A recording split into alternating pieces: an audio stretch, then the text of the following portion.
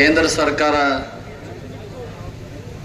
ಒಂದು ಹೊಸ ಕಾನೂನನ್ನು ತರುವುದರ ಮುಖಾಂತರವಾಗಿ ಇಡೀ ಸಮಾಜಕ್ಕೆ ಒಂದು ದೊಡ್ಡ ಹೊರೆಯನ್ನ ಮಾಡಿದೆ ಅಂದ್ರೆ ತಪ್ಪಾಗಿಲ್ಲ ಅನ್ನುವಂಥ ಭಾವನೆ ಇಟ್ಕೊಂಡು ವಕ್ಫ್ ಬಿಲ್ ಅನ್ನುವಂಥದ್ರಲ್ಲಿ ದೊಡ್ಡ ಬದಲಾವಣೆಯನ್ನ ತಗೊಂಡ್ಬಂದಿದ್ದು ಇಡೀ ದೇಶದಲ್ಲೇ ಒಂದು ಕ್ರಾಂತಿಯನ್ನ ಒಂದು ಬೆಂಕಿ ಹಚ್ಚುವಂತ ಕೆಲಸವನ್ನ ಕೇಂದ್ರ ಸರ್ಕಾರ ಮಾಡೈತಿ ಅಂದ್ರೆ ತಪ್ಪ ಹಾಕಿಲ್ಲ. ಆ ನಿಟ್ಟಿನ ಒಳಗ ಇಡೀ ನಮ್ಮ ಜಿಲ್ಲೆಯಿಂದ ಇಡೀ ನಮ್ಮ ಸಮಾಜದ ಬಾಂಧವರು ಏನು ಇಲ್ಲಿ ಕೂಡ್ಕೊಂಡಿವಿ ಅದು ನಿಮ್ಮ ಒಂದು ಹೋರಾಟ ಅಷ್ಟೇ ಅಲ್ಲದೇನೆ ಆ ಹೋರಾಟದಲ್ಲಿ ಸ್ವತಃ ನಮ್ಮ ಇಡೀ ಮುಖಂಡರು, ನಮ್ಮ ಜಿಲ್ಲೆ ಮುಖಂಡರ ಜೊತೆಗೆ ನಾವು ನಿಂತುಕೊಂಡು ನಮ್ಮ ಘನವೆತ್ತ ಮುಖ್ಯಮಂತ್ರಿ ಸಿದ್ದರಾಮಯ್ಯ ಸಾಹೇಬರು ಮತ್ತು ಉಪಮುಖ್ಯಮಂತ್ರಿಗಳಂತ ಡಿ.ಕೆ. ಶಿವಕುಮಾರ್ ಸಾಹೇಬರ ಮುಖಾಂತರವಾಗಿ ಇಡೀ ಸರ್ಕಾರದ ಎಲ್ಲಾ ಘನವೆತ್ತ ಮಂತ್ರಿಯವರ ಒಂದು ಆರ್.ಬಿ. ತಿಮ್ಮಾಪುರ ಸಾಹೇಬರವರ ಒಂದು ಘನ ಉಪಸ್ಥಿತಿ ಒಳಗಡೆ ನಾವು ಅವರಿಗೆ ಮನವಿ ಕೊಡೋದ್ರ ಜೊತೆಗೆ ಈ ಕಾನೂನಲ್ಲಿ ಬದಲಾವಣೆಗಳನ್ನ ತರಕ್ಕೆ ನಾವು ಸ್ವತಃ ಹಕ್ಕು ಒತ್ತಾಯನ್ನ ಮಾಡ್ತೀವಿ ಅನ್ನುವಂತ ಮಾತನ್ನ ಈ ಸಂದರ್ಭದಾಗ ಹೇಳಿ, ಇಡೀ ಮುಸ್ಲಿಂ ಸಮಾಜದವರು ಇದು ಕಾನೂನು ಎಲ್ಲೋ ಒಂದ್ ಕಡೆ ಬಹಳ ಅಡಕತಡಕಗಳನ್ನ ಕಾಣುತ್ತೆ. ಆದ್ರ ಈ ಕಾನೂನಲ್ಲಿ ಬರೋದ್ರಿಂದ ಅವರಿಗೆ ಯಾವ ರೀತಿಯಾಗಿ ಲಾಭ ಆಗೈತೆ ಗೊತ್ತಿಲ್ಲ. ಅದರ ಒಂದು ಮಾನವೀಯತೆಯಿಂದ ದೃಷ್ಟಿಯಿಂದ ನೋಡೋದಾತಂದ್ರ ಈ ಸಮಾಜಕ್ಕೆಲ್ಲ ಒಂದ್ ಕಡೆ ತೊಂದರೆ ಕೊಡೋ ಉದ್ದೇಶ ಕಾಣತ್ತಂತ ನಮಗ ಅನ್ಸಾದೈತಿ. ಹಾಗಾಗಿ ಅದಕ್ಕೆ ಅವಕಾಶ ನಾವ್ ಯಾರು ಕೊಡೋದಿಲ್ಲ ಅನ್ನುವಂತ ಮಾತನ್ನ ಈ ಸಂದರ್ಭದಲ್ಲಿ ವ್ಯಕ್ತ ಮಾಡಿ, ಮತ್ತೆ ಇನ್ನು ಉಳಿದಂತ ಎಲ್ಲ ಮಾನ್ಯವರು ಸಹ ಮಾತಾಡುವಂತ ವಿಚಾರವಾಗಿ ಇಟ್ಕೊಂಡು ನಾವು ಯಾವತ್ತು ಇಡೀ ನಮ್ಮ ಪಕ್ಷ ಮತ್ತು ನಮ್ಮ ಇಡೀ ನಮ್ಮ ಜಿಲ್ಲೆಯ ಮುಖಂಡರು ಇಡೀ ನಮ್ಮ ಸಮಾಜ ಬಾಂಧವರ ಜೊತೆ ಇರ್ತೀವಿ ಅಂತ ಮತ್ತೊಮ್ಮೆ ವ್ಯಕ್ತ ಮಾಡಿ ನನ್ನ ಮಾತಿಗೆ ವಿರಾಮ ಮಾಡ್ತೇನೆ. ನಮಸ್ಕಾರ. ನಮ್ಮ ಮುಸ್ಲಿಂ ಬಾಂಧವರು ವಕ್ಫ್ ಕಾಯ್ದೆಯನ್ನು ವಿರೋಧಿಸಿ ಪ್ರತಿಭಟನೆ ಮಾಡ್ತಾ ಇದ್ದೀರಿ. ಈ ಪ್ರತಿಭಟನೆಗೆ ನಾನು, ನನ್ನ ಪಕ್ಷ, ಜಿಲ್ಲೆಯ ನಮ್ಮೆಲ್ಲ ಶಾಸಕರು, ಕಾಂಗ್ರೆಸ್ಸಿನ ಎಲ್ಲ ಶಾಸಕರು ಈ ಪ್ರತಿಭಟನೆಗೆ ಬೆಂಬಲ ಇದೆ. ನಾವು ಅದಕ್ಕೆ ಇಲ್ಲಿ ಬಂದಿದ್ದೇವೆ. ಇದು ಒಪ್ಪ ಆಸ್ತಿ. ಬಿಜೆಪಿ ಸರ್ಕಾರದವ್ರು ನಾನು ಕೇಳ್ತಾ ಇದ್ದೀನಿ, ಏನ್ ನೀವು ಕೊಟ್ರ? ನೀವು ಕೊಟ್ಟಿಲ್ಲ. ನಿಮ್ಮ ಕಾನೂನು ತರಕ್ ನಿಮ್ಗೆ ಏನ್ ಹಕ್ಕಿದೆ? ಯಾವುದೇ ಸಮಾಜ, ಯಾವುದೇ ವ್ಯಕ್ತಿಯ ಹಕ್ಕಿಗೆ ಚ್ಯುತಿ ಬರೋದಿಲ್ಲ ಅಂತೇಳಿ ಸಂವಿಧಾನ ಬದ್ಧವಾಗಿ ನಡ್ಕೋತೀನಿ ಅಂತ ಹೇಳಿದಿರಲ್ಲ ಮೋದಿ ಸಾಹೇಬ್ರೆ. ನೀವು ಕೆಲವು ಜನ ಟಾರ್ಗೆಟ್ ಇಟ್ಕೊಂಡು ಅವ್ರ ಹಕ್ಕ ಚ್ಯುತಿಗೆ ನೀವೇನಿವತ್ತು ಪ್ರಯತ್ನ ಮಾಡಕತ್ತಿದ್ದೀರಿ. ಈ ದೇಶದ ನೆಲ, ಜಲ, ಭೂಮಿ, ಗಾಳಿ ಮೇಲೆ ನಮ್ಮೆಲ್ಲರದು ಹಕ್ಕಿದೆ. ನಿಮ್ಮದಷ್ಟೇ ಹಕ್ಕಿಲ್ಲ. ನೀವು ಒಬ್ಬರೇ ಈ ದೇಶಕ್ಕಾಗಿ ದುಡಿದವರಲ್ಲ, ಸ್ವಾತಂತ್ರ್ಯಕ್ಕಾಗಿ ದುಡಿದಂತ ಅಲ್ಪಸಂಖ್ಯಾತ ಸಮಾಜದವ್ರು ನೀವು ನೆನಪಿನಲ್ಲಿ ಇಟ್ಕೋಬೇಕು. ಬ್ರಿಟಿಷನ್ ಹೊಡೆದೋಡ್ಸುವತ್ನಾಗ ನೀವೆಲ್ಲ ಎಲ್ಲಿದ್ರಿ? ದೇಶ ಭಕ್ತರಂತೆ ನಾಟಕ ಮಾಡಿ ಒಂದೇ ಧರ್ಮದವರನ್ನ ಟಾರ್ಗೆಟ್ ಮಾಡಿ ಅವರ ಹಕ್ಕು ಚ್ಯುತಿಯನ್ನು ಮಾಡಬೇಕು, ಅವ್ರನ್ನ ಹತ್ತಿಕ್ಕಬೇಕು ಅಂತಕ್ಕಂಥ ಹುನ್ನಾರ. ಈ ಹುನ್ನಾರ ಇನ್ನೇನು ಬಹಳ ದಿವಸ ನೋಡೋದಿಲ್ಲ. ನೋಡಿ ಆಯ್ತಿನ ಮೇಲೆ. ಇವತ್ತು ಅಲ್ಪಸಂಖ್ಯಾತರು, ನಾಳೆ ದಲಿತರು, ನಾಡ್ದೆ ರೈತರು, ನಾಳೆ ಬಡವರು, ಕ್ರಿಶ್ಚಿಯನ್ ಬೌದ್ಧರಂತೂ ದೂರ ಉಳಿತ್ರಿ, ಅವನ್ನಂತೂ ಮೊದಲೇ ಹತ್ತಿಕ್ಲಿಕ್ಕೆ ನೋಡ್ತಾ ಇದ್ರು. ಈ ದೇಶದಲ್ಲಿ ಎಲ್ಲಾ ಧರ್ಮ ಜಾತಿಗಳು ಒಂದು ಅಂತಕ್ಕಂಥ ಸಂವಿಧಾನ ಹೇಳಿದೆ. ಸಂವಿಧಾನಬದ್ಧ ನಡ್ಕೋತೀನಿ ಅಂತೇಳಿ ಪ್ರತಿಜ್ಞೆ ಮಾಡಿದ್ದೀರಿ, ಪ್ರಮಾಣ ವಚನ ಸ್ವೀಕಾರ ಮಾಡಿದ್ದೀರಿ. ಸಂವಿಧಾನದ ವಿರುದ್ಧ ಹೋದವ್ರನ್ನ ಯಾರು ಬಿಡೋದಿಲ್ಲ, ಬಿಡಕ್ ಅವಕಾಶ ಇಲ್ಲ.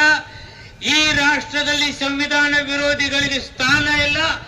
ಅದನ್ನ ನಾವು ಕಲಿಸ್ಲಿಕ್ಕೆ ನೀವೆಲ್ಲರೂ ತಯಾರಾಗಬೇಕಾಗಿದೆ. ನಾನು ನಿಮ್ ಜೊತೆ ಇರ್ತಿದ್ದೇನೆ. ನನ್ನ ಜಿಲ್ಲೆ ಎಲ್ಲ ನಾಯಕರ ಜೊತೆಗೆ ನಾನು ಇರ್ತಿದ್ದೇನೆ, ನನ್ನ ಸಮಾಜ ಇರ್ತಾರೆ, ದಲಿತರು ಇರ್ತೀವಿ. ನಾವೆಲ್ಲರೂ ಒಟ್ಟುಗೂಡಿಸಿ ಯಾವುದೇ ಒಬ್ಬ ವ್ಯಕ್ತಿನ ಹಕ್ಕುಚ್ಯುತಿ ಆದ್ರೆ ನಾವ್ಯಾರು ಸುಮ್ಮನಿರೋದಿಲ್ಲ. ನಮ್ಮ ನಾಯಕನೂ ಅಷ್ಟೇ. ನಮ್ಮ ನಾಯಕ ಸಿದ್ದರಾಮಯ್ಯನವರು, ನಮ್ಮ ನಾಯಕರಾದಂತ ಡಿ.ಕೆ. ಶಿವಕುಮಾರ್ ಅವರು ಯಾವುದೇ ಕಾಲಕ್ಕೂ ಯಾವುದೇ ವ್ಯಕ್ತಿಯ ಹಕ್ಕುಚ್ಯುತಿ ಮಾಡಕ್ ಬಿಡೋದಿಲ್ಲ. ಅಂತಹ ಕೃತ್ಯಕ್ಕೆ ಕೈ ಹಾಕಿದ್ರೆ ಈ ದೇಶದಲ್ಲಿ ನಿಮ್ಮ ಉಳುಗಾಲಿಲ್ಲ, ನಿಮ್ಮ ಪರಿಸ್ಥಿತಿ ನೆಟ್ಟಗಿರೋದಿಲ್ಲ. ಈ ದೇಶ ರಕ್ಷಣೆ ಮಾಡಬೇಕಾದ ಆದ್ಯ ಕರ್ತವ್ಯ ಇರ್ತಕ್ಕಂಥವ್ರು ನೀವುಗಳು ಏನ್ ಮಾಡಕ್ ಹೊರಟಿದ್ದೀರಿ? ಅಘೋಷಿತ ಎಮರ್ಜೆನ್ಸಿ ಘೋಷಣೆ ಮಾಡಿ ನೀವು ಇಂದಿರಾಜಿ ಅವ್ರ ಬಗ್ಗೆ ಮಾತಾಡ್ತಿರಲ್ಲ. ಇವತ್ತು ಅಘೋಷಿತವಾದಂತಹ ಪರಿಸ್ಥಿತಿ ನಿರ್ಮಾಣ ಮಾಡಿದ್ದೀರಿ. ಮೀಡಿಯಾದಲ್ಲಿ ನಡೀತಕ್ಕಂಥ ಘಟನೆಗಳು ನಾವೆಲ್ಲ ಅಬ್ಸರ್ವ್ ಮಾಡಿದ್ದೀವಿ. ಮೀಡಿಯಾಗಳಲ್ಲಿ ಏನ್ ಮಾಡ್ತಾ ಇದ್ದೀರಿ? ಮುಂಜಾನೆ ಎದ್ದ ತಕ್ಷಣ ನಾವು ನೋಡ್ತಕ್ಕಂಥದ್ದು ಧರ್ಮ ಜಾತಿ ಬಿಟ್ರೆ ಈ ಸರ್ಕಾರ ಬಂದಾಗಿನಿಂದ ನೋಡ್ತಾ ಇದ್ದೀವಿ. ಮೀಡಿಯಾದಲ್ಲಿ ನೀವು ಏನ್ ಮಾಡಕತ್ತೀರಿ? ಮುಂಜಾನೆ ಎದ್ದ ಕೂಡಲೇ ನಿಮ್ಮ ಮಾತುಗಳು ಸಂಘರ್ಷಕ್ಕೆ ಕಾರಣ. ಈ ದೇಶದಲ್ಲಿ ಯಾರಾದ್ರೂ ಸತ್ರೆ ಅದನ್ನ ಅಲ್ಪಸಂಖ್ಯಾತರನ್ನೇ ಟಾರ್ಗೆಟ್ ಮಾಡ್ತಕ್ಕಂಥದ್ದು. ಇಂಥದ್ರಲ್ಲಿ ಕೆಲವು ಟೈಮ್ ನೀವು ಸಕ್ಸಸ್ ಆಗಿದ್ದೀರಿ. ಮಂಗಳೂರಲ್ಲಿ ಒಂದು ಸಾವಾದಾಗ ಅಲ್ಪಸಂಖ್ಯಾತರನ್ನ ಮುಂದೆ ಮಾಡಿ ಹಿಂದೂಗಳನ್ನೆಲ್ಲ ಒಂದು ಮಾಡಿ ಚುನಾವಣೆ ಗೆದ್ರೆ ಆ ನಂತರ ಏನಾಯ್ತು? ಸಹಜವಾದಂತ ಸಾವು ಅಂತೇಳಿ ಬಂತು. ಆದ್ರೆ ನೀವು ಚುನಾವಣೆ ಗೆದ್ದಿಸ್ಕೊಂಡ್ರಿ. ನಿಮ್ಮ ಈ ಚುನಾವಣೆ ನಾಟಕಗಳು ಬಹಳ ದಿವಸ ಹೋಗೋದಿಲ್ಲ. ಇದು ಹಿಂದೂಗಳಿಗೆ ಗೊತ್ತಾಗಿದೆ, ದಲಿತರಿಗೆ ಗೊತ್ತಾಗಿದೆ, ರೈತರಿಗೆ ಗೊತ್ತಾಗಿದೆ. ನಿಮ್ಮ ಟಾರ್ಗೆಟ್ ಏನಂದ್ರೆ ಚುನಾವಣೆ ಗೆದಿಬೇಕು, MP ಆಗಬೇಕು, ಪ್ರಧಾನಿ ಆಗಬೇಕು. ಇದಕ್ಕೆ ಯಾರ್ಯಾರನ್ನ ಹತ್ತಿಕ್ಕಿ ಕೊಟ್ಟು ನೀವು ಮಾಡ್ಲಿಕ್ಕೆ ಹೊರಟಿದ್ದೀರಿ ಅದು ಜನತೆಗೆ ಎಚ್ಚರಾಗಿದೆ. ಇವತ್ತಿನ ಧರ್ಮಾಂಧತೆಯಲ್ಲಿ ನಡೀತಕ್ಕಂಥ ಈ ದೇಶ ಯಾರಿಗೆ ನೆಮ್ಮದಿ ಇಲ್ಲ, ಯಾರಿಗೆ ನೆಮ್ಮದಿ ಇಲ್ಲ. ಆದ್ರೆ ಅಧಿಕಾರ ಎಂಜಾಯ್ ಮಾಡ್ತಕ್ಕಂಥವ್ರು ಮಾಡ್ತಾ ಇದ್ದಾರೆ. ಅಧಿಕಾರ ಲಾಲಸಿಗಾಗಿ ಈ ದೇಶವನ್ನ ಹಾಳು ಮಾಡ್ತಕ್ಕಂಥ ನಿಮ್ಮ ವಿಚಾರಗಳೇನದಾವೆ, ಈ ವಿಚಾರಗಳಿಗೆ ನೀವು ಇನ್ನು ಮೇಲೆ ಜನತೆ ಅಂತೂ ಅವಕಾಶ ಕೊಡೋದು. ಯಾಕ್ರಿ ಒಂದೊಂದು ಜಾತಿಗಳನ್ನ ನೀವು ಟಾರ್ಗೆಟ್ ಮಾಡ್ತಾ ಇದ್ದೀರಿ? ನಿಮ್ ವಿಚಾರ ಎದಕ್ ಟಾರ್ಗೆಟ್ ಮಾಡಕತ್ರ? ಅಧಿಕಾರ ಲಾಲಸಿ. ಮುಂಜಾನೆ ಎದ್ದ ತಕ್ಷಣ ಇವ್ರ ಮಾತುಗಳನ್ನ ಕೇಳಬೇಕು. ವಿರೋಧಿ ಸಲುವಾಗಿ ನಾವು ಎಲ್ಲರೂ ಭಾಗವಹಿಸಿದ್ದೇವೆ.